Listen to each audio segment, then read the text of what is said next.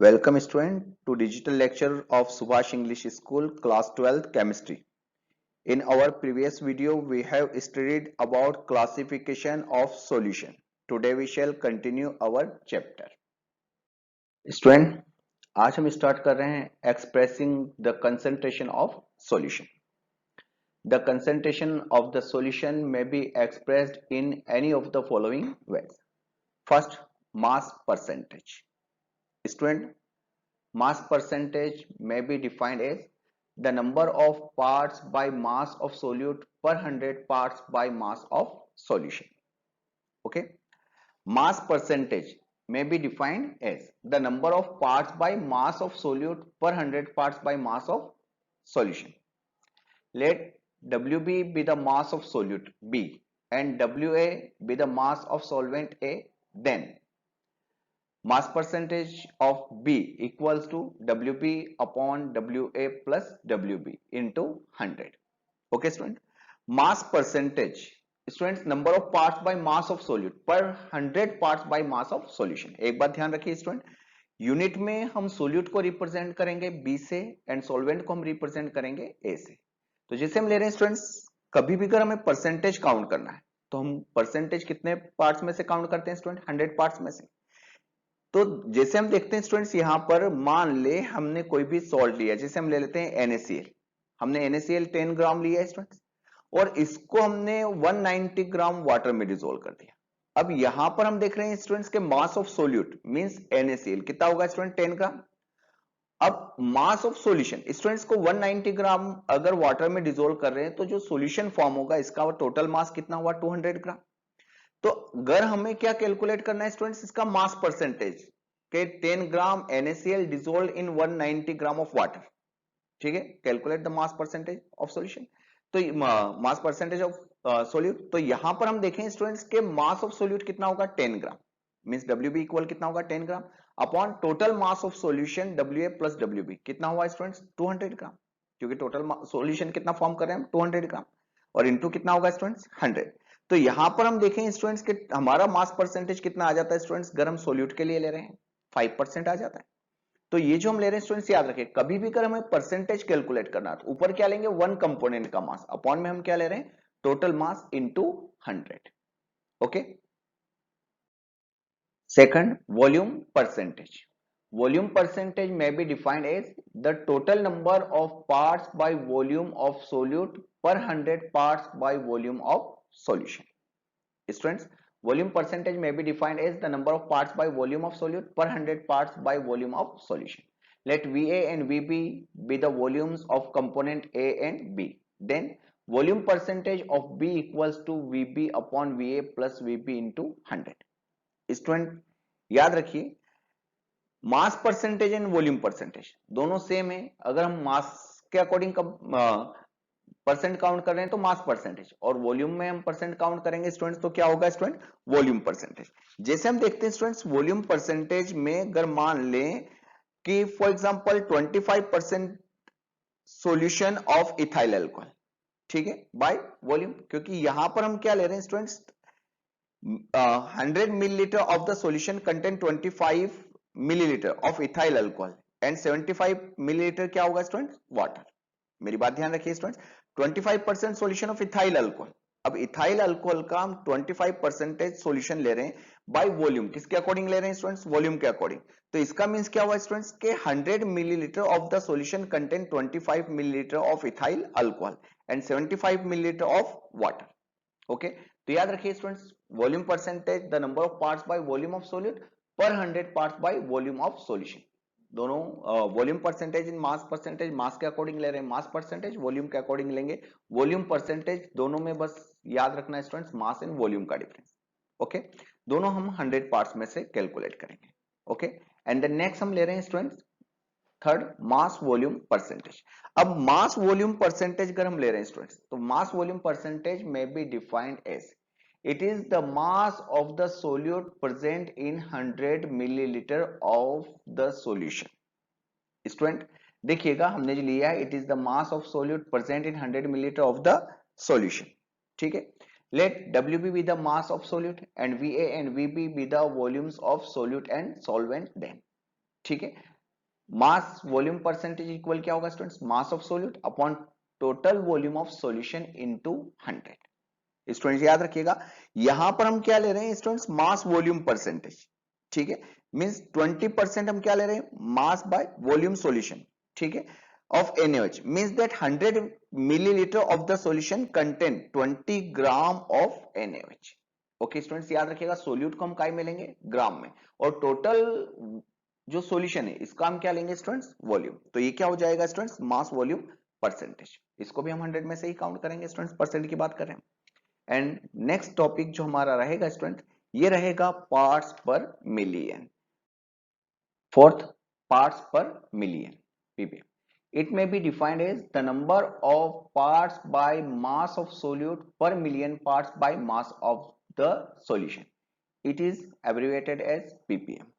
Student, parts per million जो हम ले रहे हैं इसमें याद रखिएगा कि ये भी है तो परसेंटेज ही, बस जहां हम मिलियन पार्ट्स में से कैलकुलेट करेंगे तो क्या हो जाएगा, parts per million.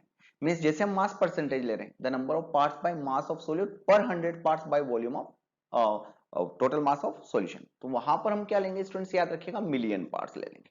The number of parts by mass of solute per million parts by mass of solution is called ppm concentration।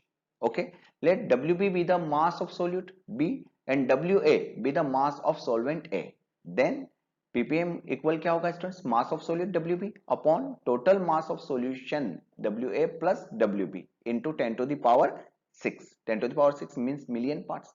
तो याद रखिए students, parts per million, the number of parts by mass of solute per million parts by mass of solution. Okay, and the next हम ले रहे हैं students molarity. Molarity of a solution is defined as the number of gram mole of the solute present in 1 liter of or 1000 milliliter of the solution। It is represented by capital M। Student याद रखिए, molarity of a solution may be defined as the number of gram moles of solute present in 1 liter of the solution।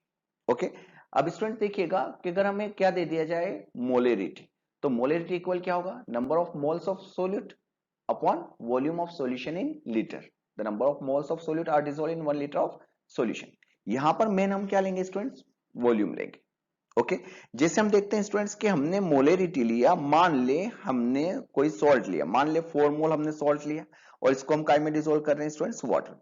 यहाँ solvent को हम include नहीं कर रहे हैं students, main हम ये देखेंगे कि सॉल्यूशन कितना फॉर्म हो रहा है, 2 लीटर मान लेते हैं, 2 लीटर सॉल्यूशन हमने फॉर्म किया, तो 4 मोल हमारे पास सॉल्ट है और जो सॉल्यूशन हम फॉर्म कर रहे हैं स्टूडेंट्स ये कितना होगा, 2 लीटर सॉल्यूशन। तो मोलेरिटी इक्वल क्या हो जाएगा students, 4 upon 2 litre. Okay, 4 mole upon 2 litre. तो ये क्या आ जाता है स्टूडेंट्स की मोलेरिटी आ जाएगी जो कितनी रहेगी स्टूडेंट्स, 2 मोल पर लीटर।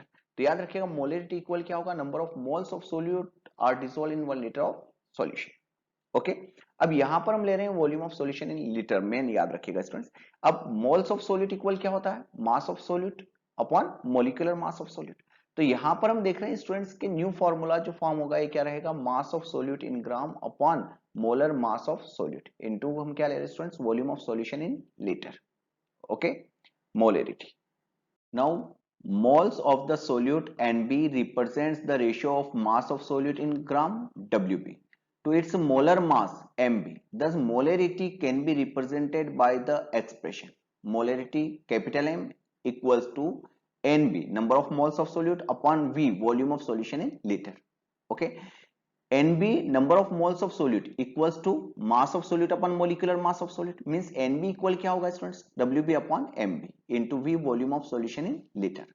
ओके, अगर वॉल्यूम लीटर की जगह हम मिलीलीटर में ले रहे हैं तो हम क्या करते हैं स्टूडेंट्स, ऊपर हम 1000 का मल्टीप्लाई कर देंगे, तो Wb into 1000 upon Mb into V volume of solution in millilitre. Okay student, ये मोलरिटी हमारा कंप्लीट होता है। एंड देन नेक्स्ट टॉपिक जो हम ले रहे हैं स्टूडेंट्स, इसमें आप लोग देखिएगा हमने लिया है मोलेलिटी। ओके, अगर मोलेलिटी हमें दिया जाए स्टूडेंट्स, तो मोलेलिटी में देखिए आप लोग के मोलेलिटी ऑफ अ सॉल्यूशन में be defined as the number of gram mole of the solute present in 1000 gram or 1 kilogram of the solvent, it is represented by small m। mathematically molality small m equals to mole of solute upon mass of solvent in kilogram। Okay, moles of solute equal क्या होगा students, mass of solute upon molar mass of solute, into में क्या हो जाएगा students, mass of solvent in kilogram.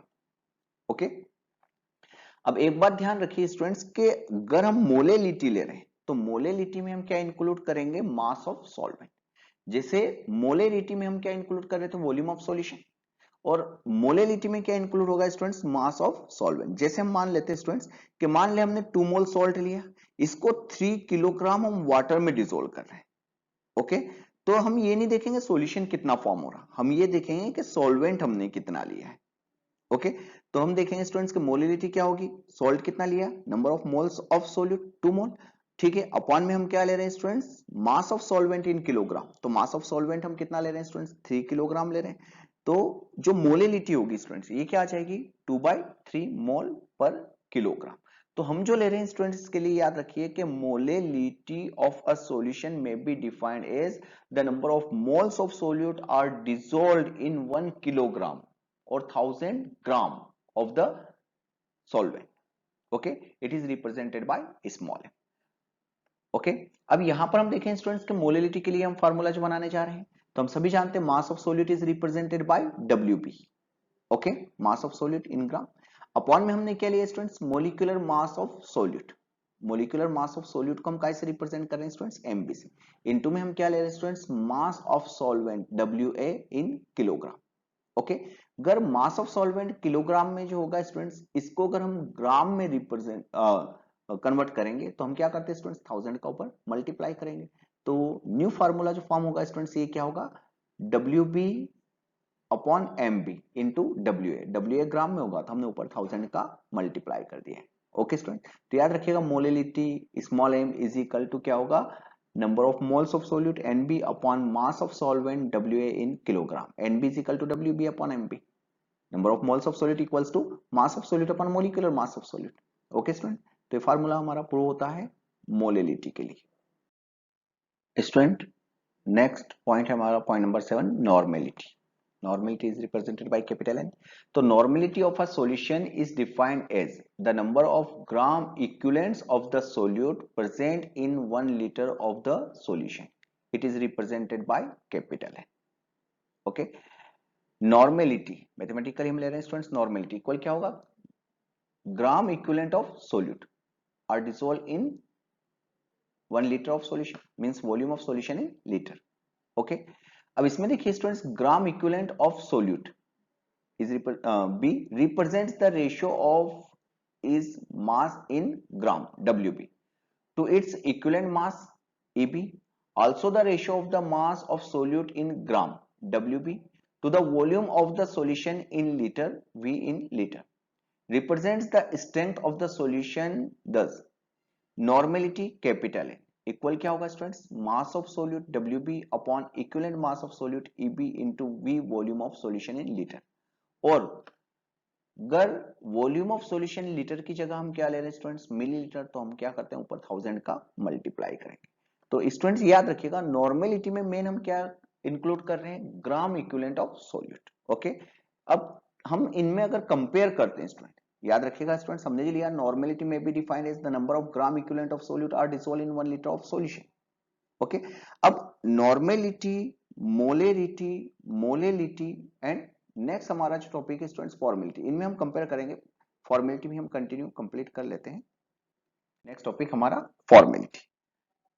Student the formality of a solution में be defined as the number of gram formula mass of the solute dissolved per liter of the solution. Formula mass is the sum of the atomic masses of the atoms in the formula of the compound. It is represented by capital F.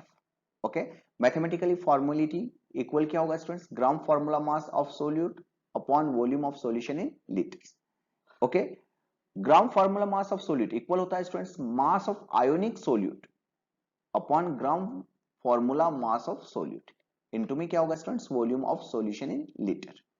Okay, अब याद रखिए students ये जो हम ले रहे हैं आगे इसमें, तो फॉर्मेलिटी एफ इक्वल्स टू क्या होगा students, mass of ionic solute को हम कैसे रिप्रेजेंट करें, वही मास ऑफ सोल्यूट WB अपॉन में हमने क्या लिया students, gram formula mass of solute, ठीक है, GFMB gram formula mass of solute को हम बी से रिप्रेजेंट कर रहे हैं, into V volume of solution in litre. अगर वॉल्यूम ऑफ सॉल्यूशन लीटर को हम मिलीलीटर में कन्वर्ट करते हैं स्टूडेंट्स, तो हम ऊपर 1000 का मल्टीप्लाई कर देते हैं। ओके, तो ये जो हम फॉर्मेलिटी ले रहे हैं स्टूडेंट्स, याद रखिएगा फॉर्मेलिटी एंड मोलेरिटी दोनों सेम है। चेंज क्या है स्टूडेंट्स, याद रखिएगा फॉर्मेलिटी जो हम ले रहे हैं ये सिर्फ आयोनिक कंपाउंड के लिए लेते हैं, ठीक है। तो मेन बात याद रखिएगा स्टूडेंट्स के जो हम फॉर्मेलिटी, मोलेरिटी एंड नॉर्मेलिटी ले रहे हैं, अगर इन सभी में हम कंपेयर करते हैं, तो जैसे हमने लिया, मान लिया हम 1 लीटर क्या ले रहे हैं, सॉल्यूशन ले रहे हैं। अब 1 लीटर सॉल्यूशन जो ले रहे हैं, अगर इसमें number of moles of solute dissolve कर रहे हैं, तो molarity, number of moles of solute are dissolve in 1 litre of solution, तो क्या होगा स्टूडेंट्स, नंबर ऑफ मोल्स ले रहे हैं तो molarity. Okay, number of gram equivalent ले रहे हैं तो क्या हो जाएगा students, normality. And number of gram formula mass ले रहे हैं स्टूडेंट्स, तो क्या हो जाएगा स्टूडेंट, फॉर्मेलिटी। अब तीनों में स्टूडेंट्स याद रखिएगा सिर्फ हमें चेंज क्या करना है, नंबर ऑफ मोल्स, मोल्स की जगह ग्राम इक्विवेलेंट और ग्राम इक्विवेलेंट की जगह gram formula mass. Number of moles लेंगे स्टूडेंट्स तो molarity, number of gram equivalent लेंगे तो normality, and number of gram formula mass लेंगे तो फॉर्मेलिटी। ओके, और मोलेलिटी में भी नंबर ऑफ मोल्स ले रहे हैं, बस चेंज क्या होगा स्टूडेंट्स के 1 लीटर सॉल्यूशन की जगह हम क्या ले लेंगे स्टूडेंट्स, 1 किलोग्राम ऑफ सॉल्यूशन, मतलब 1 किलोग्राम ऑफ सॉल्वेंट। 1 किलोग्राम ले चाहे 1000 ग्राम ऑफ सॉल्वेंट लेंगे। तो ये सभी जो टॉपिक है स्टूडेंट्स में सिर्फ कंपेयर कीजिए आप लोग के जो चेंज आ रहा है वो क्या ले रहे हैं। ओके, एंड नेक्स्ट टॉपिक अब हमारा रहेगा स्टूडेंट्स मोल फ्रैक्शन।